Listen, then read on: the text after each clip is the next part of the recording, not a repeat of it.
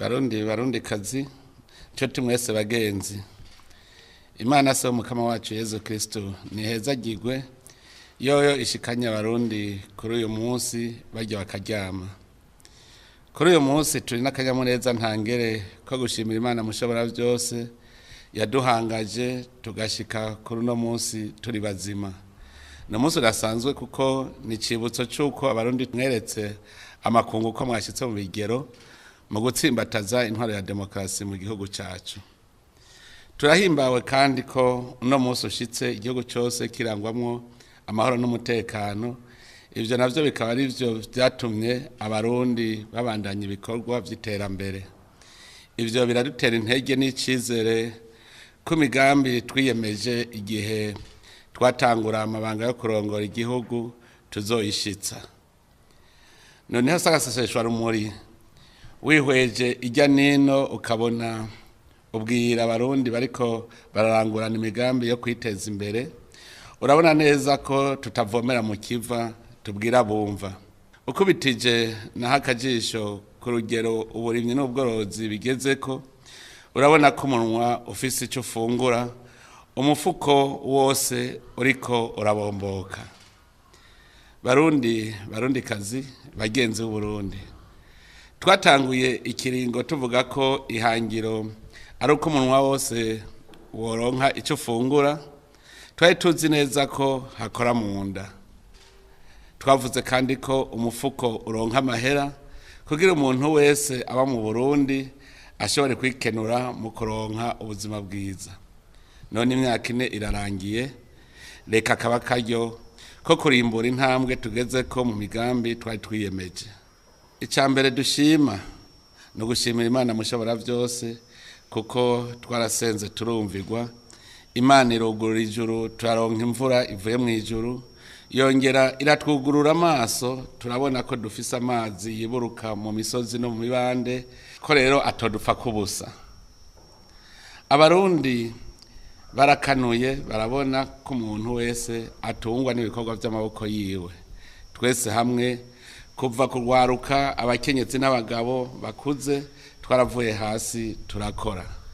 Uno munsi nshimishwa ko no majambo y'imyidogo numva bavuga bati turabuze iki, mugabo ntibavuga ngo turabuze amahera yo kukigura. Kandi nico bavuga ko babuze si cimburwa cy'u Burundi, ni cimburwa mva makungu. Turashimishwa no kubona kandi ko Abarundi batanguye ko turi kumwe twese bishoboka, barasubira ku muzi. Abeshi barijukiye gukorera hamwe mu kibiri, ndetse batahura ko n'amatongo bayashize hamwe bizana karusho. Barundi kazi bagenzi b'Uburundi, mu rugamba twatanguje kwiterambere hariho intambwe zikurikirana, ariko kubera twacerewe duhakwa guterera imigeri ibiri rimwe. Kuko bwa mbere tugwana tuva mu kinogo Abarundi baguyemwo bakakimaramwo imyaka n'imyaka. Uno munsi umurundi wese ashakira byose rimwe.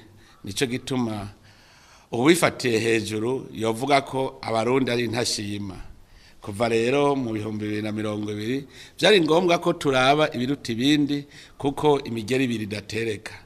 Muri ivyo hari bihambaye kurusha ibindi, navyo bikaba ugutsimbataza ubutegetsi bw'igihugu kugira ngo buhagararire amahoro n'umutekano, ubutungane no kugwanya akarenganyo, hamwe rero no gukingira itunga ry'igihugu n'iterambere. Mu gutsimbataza ubutegetsi bw'igihugu twareretse Abarundi itandukaniro riri hagati ya leta mvyeyi na leta nkozi, kugira umurundi wese ya mukozi wa leta canke wikorera ivyiwe amenye uruhara rwiwe mu vyakora. Hari habo vyagoye maze birabananira kuvyinjiza mu muzirikanyi yabo, aribo bahavuye mbere baduhemukira, haba mu guhungabanya umutekano, mu bunebwe canke mu konona itunga ry'igihugu. Ariko abatari bake baratahuye. Nico gituma mubona Abarundi batari bake bari ku kivi, n'abahora bazi ko bazotungwa n'ikigega cy'igihugu baramaze gutahura ko ico kigega nyene aribo bajejwe kucuzuza. Turashimishwa ko mu bikorwa igihugu cihutiye gukora amahoro n'umutekano vyagiye imbere bituma abarundi bagira umwizero wa kazoza, baratangura gushira imitahe yabo mu bikorwa, gutyo abatari bake ico bakora kibazanira akarusho mu mikoro, baraharonkera n'akazi. Nta muntu no munsi yohakana ko gutekana kw'imitima vyatumye abarundi biyumvanamwo, bituma batangura gukorera hamwe mu makoperative, abandi mbere barateranya amatongo yabo kugira ngo bagwize umwimbu. Kubera uwo mwizero nyene abarundi sinzi barahungutse, abandi bahitamwo guhindura karangamuntu y'impunzi, bisabira kuba abakozi bo muri ivyo bihugu baranguriramwo imirimo.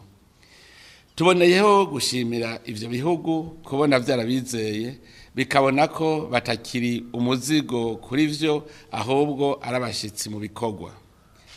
Ivyo vyose ntivyari gushoboka iyo tutihatira kugiriranira imigenderanire myiza n'amakungu. Uno munsi umurundi ahageze hose ntagenda ararangaguzwa nk'uko menga bo muraba ribi.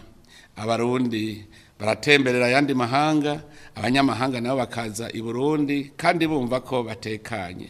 Ikinezereye kurusha ibindi nuko amakungu yose yemera ko kera Uburundi wari umutwaro w'amahanga, none ubu bukaba bwabaye umutabazi w'ibihugu bitararonka amahoro.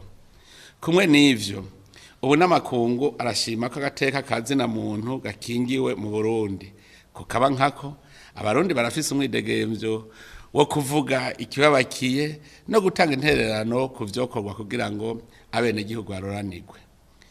Uburundi buri mu bindi bihugu bike umwene gihugu ashikira umukuru w'igihugu atahandi aciye. Muri ubwo buzima bw'abene gihugu nyene twatanguye iki kiringo c'imyaka 7 abene gihugu bafise umwitwariko w'akarenganyo bagirirwa n'indongozi zo mu nzego zo hasi, ubutungane n'igiturire. Uno munsi abatari bake baratwenga kuko hari umutwaro twabaremuruye. Mu kurwanya akarenganyo twahaye uburenganzira abene gihugu bwo kwihamagarira umukuru w'igihugu atawundi baciyeko kugira ngo bashengeze uwo wese abarenganije. Kandi uno munsi abatari bake barakenguruka. Tukaba dukenguruka ko n'abahora batanga ingurire ngo indongozi zo hasi zirenganya bene gihugu ubu nabo nyene bacitse inkokora. Twaragwanije akarenganyo kandi mu bijanye no guha ibikorwa abakozi b'igihugu mu gushira mu ngiro ya ngendo umuntu wese bamuhe igikorwa bakwiranye mu kugena abarundi mu mabanga. Ubu twaravavanuye na ya mvugo ngo naka ndamuhiki, ngo naka ndamushire hehe. No mu gutanga ibikorwa vy'ubuhinga ubu hatari hake dutunganya amahiganwa, uwurusha abandi akaba ari we ashirwa mu gikorwa. Mu bijanye n'ubutungane ubu mu gihugu ntawe ugikora icaha ngo cijane. Inzego z'inyamiramabi n'abashikiriza amanza baragira amatohoza kandi inkozi z'ikibi zigafatwa zigashengezwa bataravye igihagararo c'inkozi y'ikibi. Hadutse amatati hagati y'abantu naho tutarashika kwihangiro nyezina, haraboneka akarusho kuva aho dushingiye intayo yo kumugina igizwe n'abahuza bo ku mutumba, tukongera tugakomeza inama nkuru y'ubucamanza kugira uwacira urwangondagonde n'amasentare yo hasi ashobore kuronka urwego yitura. Ivyo vyose bigiye kuronka akarusho ahibwirizwa rishasha rishingiye ko hasasa umucamanza umwe kugira ngo ahinyuke acira urwangondagonde. Izo ngingo zose turabona ko zazanye impore mu gisata cy'ubutungane, naho tugihanzwe n'ibirarane vy'imanza zaciwe nabi mu bihe vyahera. Tukaba twizeye ko nazo nyene zigiye gutunganywa ku neza y'ababuranyi. Kubijanye n'ubutungane bunywanisha, turategera akababaro abarundi bafise ko wa mugwi wo kurondera ukuri no kurekuriranira utaraheza igikorwa kugira ngo ingingo zijanye n'icokorwa ku vyabaye zifatwe. Mbere ako kababaro kariko gatuma hari abashaka kudushira mu nzira idashika. Abo twabasaba kwihangana bizigiye ko umubabaro wabo ari uwacu kandi ko kajya gatima ko kwihangana bagize kuva ubwicanyi buba ariko ko baranga n'ubu. Ahandi hoho twava tumera nka wundi yavuga ko impembo y'umwana ipfa mu magodoka kuko iyihuse yavyaye ibihumye. Ndabijeje ko ukuri tumaze kumenya ataho kuzoja bitebuke ingingo zizofatwa. Kubijanye n'amatongo n'ayandi matungo naho nyene ni mureme kuko ubu twahejeje gushinga ibwirizwa umugwi ubujejwe ukabugiye kuja ku kivi. Mu gukingira itunga ry'igihugu n'iterambere twarihutiye cyane kugwanya abakaboko abagiye biturire n'abonona itunga rusangi. Muri ico gikorwa harabaye gukomeza intwari ibereye ituma ikigega ca leta gikora ibikorwa biramira abene gihugu. Nico gituma twahinduye vyinshi mu itunganywa ry'ibikorwa ry'ibanki nkuru y'igihugu yari igeze habi. Ubu rero naho harabagifise agatima ko kuyigabanya ubushobozi biraboneka ko ibanki nkuru y'igihugu yagarukanye akanovera kayo. Ubu koko ni banki y'amabanki mu gihe yari yahindutse ibanki y'abikorera ivyabo. Tugitangura ikiringo twarabonye ko hariho abantu bari bafise intumbero yo kuburagiza ubutunzi bw'igihugu mu kuburagiza ko amahera yinjira mu kigega mbere n'amahera mva makungu ntaharugwe mu butunzi bw'igihugu. Urugamba rwo gusubiza ibintu mu buryo twarutunganije kandi rurabandanya. Intumbero nuko amahera agenewe kwinjira mu kigega yinjira yose kandi agakoreshwa yose ku neza y'abene gihugu. Nico catumye dutangura isekeza ryo kugwanya abantu bose bacisha ibidandazwa mu binywabi haba mu gushora canke mu kugurira hanze y'igihugu. Urwo rugamba rwo kugarukira ubutunzi bw'igihugu rusaba ko abenegihugu bose barereka ko ibidandazwa twashoye hanze bizana amahera mva makungu ndetse ko n'amahera azanwa n'ingenzi zigendera Burundi aja mu kigega cy'igihugu. Ni muri iyo ntumbero turiko dukora ibishoboka vyose kugira ngo ibigega vy'abikorera ivyabo mu gihugu bikingirwe. Urugamba rw'ubutunzi n'iterambere rusaba kandi gukingira ifaranga ry'u Burundi. Igikorwa gikomeye cyo gukingira ifaranga ry'u Burundi nuko abarundi twese tuja mu bikorwa byo kugwiza umwimbu gutyo tugire umusesekara uzotuma dushora mu makungu. Ivyo bizotuma ivyimburwa vy'u Burundi ari byo bivamwe amahera mva makungu yo kugura ivyo tutiyimburira. Nico gituma dutera intege abarundi bose kugira ngo bashire imitahe yabo mu bikorwa birema ubutunzi haba mu guhingura isi ndimwa, guhingura ubutare dufise, kwega ingenzi canke gukoresha ubwenge Imana yaduhaye. Amahera avuye muri ivyo niyo ahagaciro ubutunzi bw'igihugu. Ni muri iyo ntumbero mwabonye ko uburimyi twabugize amayeri y'urugamba rw'iterambere. Abarundi barafashe umwiyemezo wo gukora ibishoboka ngo umunwa wose uronke icyo ufungura, umufuko uronke amahera. Ubutegetsi bw'igihugu nabwo mu guherekeza uwo mwiyemezo w'abenegihugu bwaragerageje mu gufasha gusahiriza abenegihugu mu gutanga ibice 75% ku mahera boguza ifumbire n'imbuto. Dufatiye kuri ako karorero turemeza ko ejo aho bukera igisata c'ubutare n'igisata c'ingenzi n'ubumenyi bizotera imbere kugira ngo Murundi wese aronke amikoro ashobora kumukenura. Tunezerejwe nuko turavye abarundi ku maso tubona ko bafise ubuzima. Ubu abarundi batari bake bariko barubaka utuzu twiza, barambaye uduhuzu dusesuka, barafungura uko bavyifuza. Nivyo turabona agahaze, ariko turakwiye kumenya ko iyo utanguye urugamba rw'iterambere rudaca rurangira ubwo nyene. Umuntu yama mu vyipfuzo imisi yose, arosa iki aca yifuza igikurikira.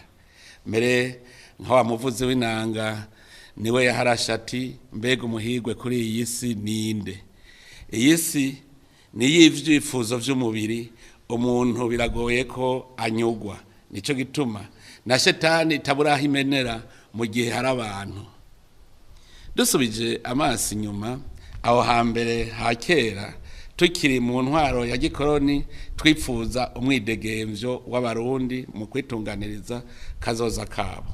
Bukeye kabiri twarose ntayo yo kwigukira, hatangura kuza intwaro y'ubugunge, duca twifuza intwaro iharanira abene gihugu.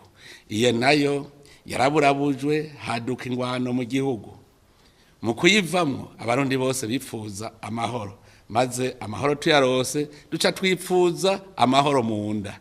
Ubu rero twarose umwizero k'umunwa uri kuraronka. Abamaze kuronka umusesekara, umupfuko karonka, bipfuza kugendera mu bihinda bisaba igitoro, bipfuza kunywa agapfundikiye, bakifuza kurya utuvuye mu bazungu ngo berekane ko bateye imbere.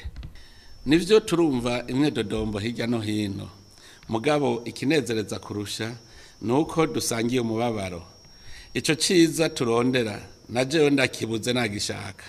Igihambaye nuko twese atawe twakwagiriza ko ari watubujije kugishikira. Ubu rero ko dusangiye ingorane ntizitume duta ubwoko, kuko burya kugira umenye umusaraba wikoreye imbere yo gutisha vu ku bantu ni vyiza ko bobanza kuraba nabo umusaraba bahengekeye, kuko hari aho wosanga ivyo rirana ari vyo abandi baririra. Twokwama kandi twibuka ko inda ndende ihumira indya ikica kokiza. Bavukanye, uno munsi hariho abaguma barondera urwitwazo kugira ngo bakwegera abantu mu mugararizo. Kugira mu bitegere neza tubanze turabe ibihe turimwo, twongere tubone iyo turiko twogorora tuva. Muzohura n'umuntu akakubwira ngo ubukene bw'ubu tuzovamwo gute? Mbega ejo haheze yaratunze, yahombeye hehe? Nimumenye ko uwavuga uko aho hahise yarara ntibuca. Ico gihe yavuga ati mbega aya magume tuzoyavamwo gute? Ariko ubu yipfuza umudugararo kugira asubire muri ya magume. Tubimenye ko shetani ikosha kwica wawe, wamara kumwica ikigira ugasigara uricuza. Tugume twibuka ko turiko duhindura ibintu, kandi namwe murabizi ngo atagapfuye ntagakira. Hariho abantu bari babeshejweho n'ubugunge, bakajya ivy'igihugu abandi barorera.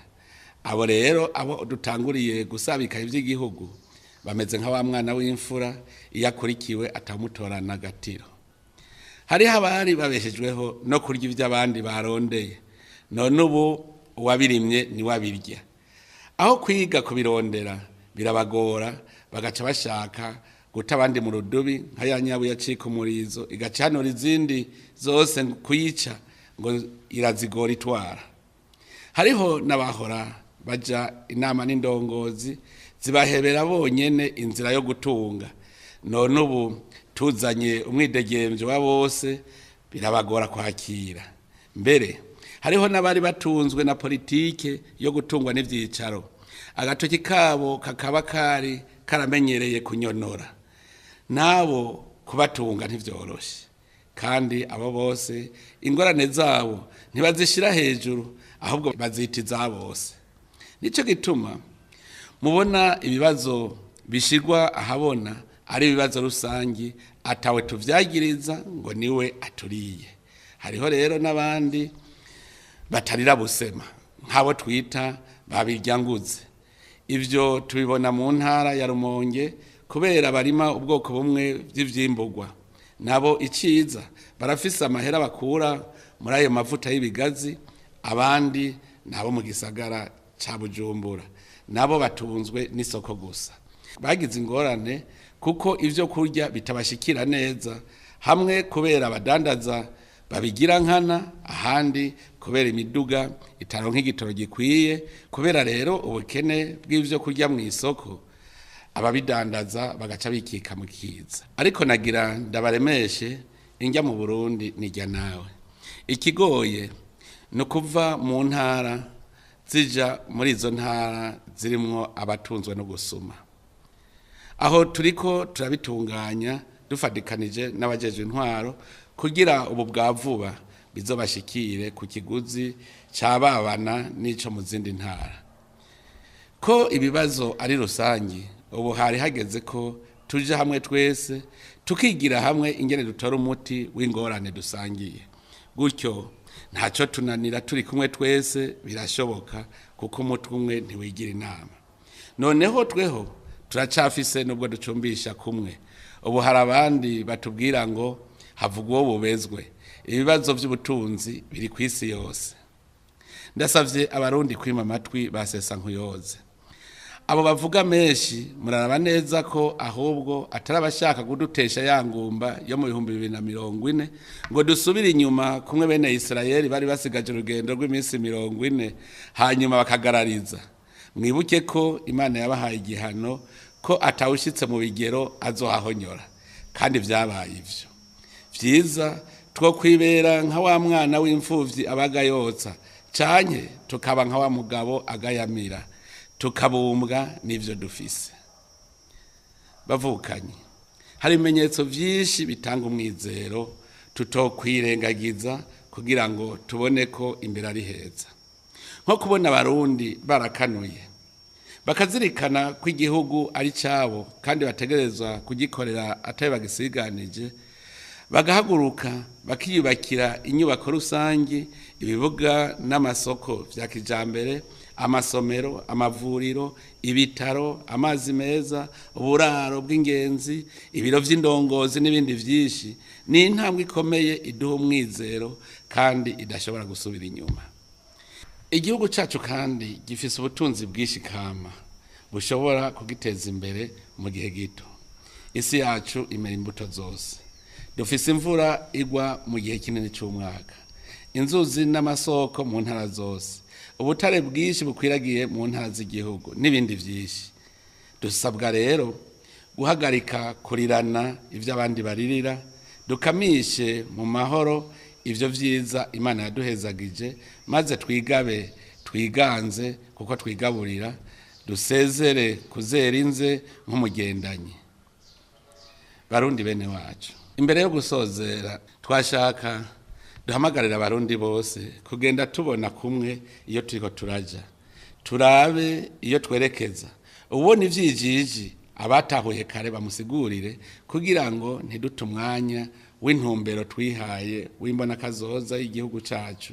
Umwe wese aje ku kivi mu vyo yumvira ko vyamufasha gushika kuri iryo hangiro, hanyuma tugendere ubuntu kuko ivyo twifuza tuzobishikako mu gihe tuzoba twubatse imibano myiza itonyorotse, imota ubutungane hagati yacu, dusangira akabisi n'agahiye mu mahoro yubakiye ku rukundo. Mu gihe tuzoba twibohoye imigozi yo kutabona iciza mu bandi, tukagaruka ku isoko ry'ubuntu bwamye buranga Abarundi, nta nkeka ko tuzoteza ikivi imbere n'imbere y'ikiringo twihaye. Ico nipfuriza Abarundi banyizeye bakampunda amajwi ngo ndabarongore, no kubona Uburundi bufise iteka, ababwo babunezererewe bari mu gihugu kizira injyane n'agacinyizo, bunze ubumwe butaregarega. Intambwe tugeze kuno munsi tuyikesha ubumwe buturanga, ntitukarekure iciza twafashe, turi kumwe twese birashoboka. Imana ibahezagire, murakoze.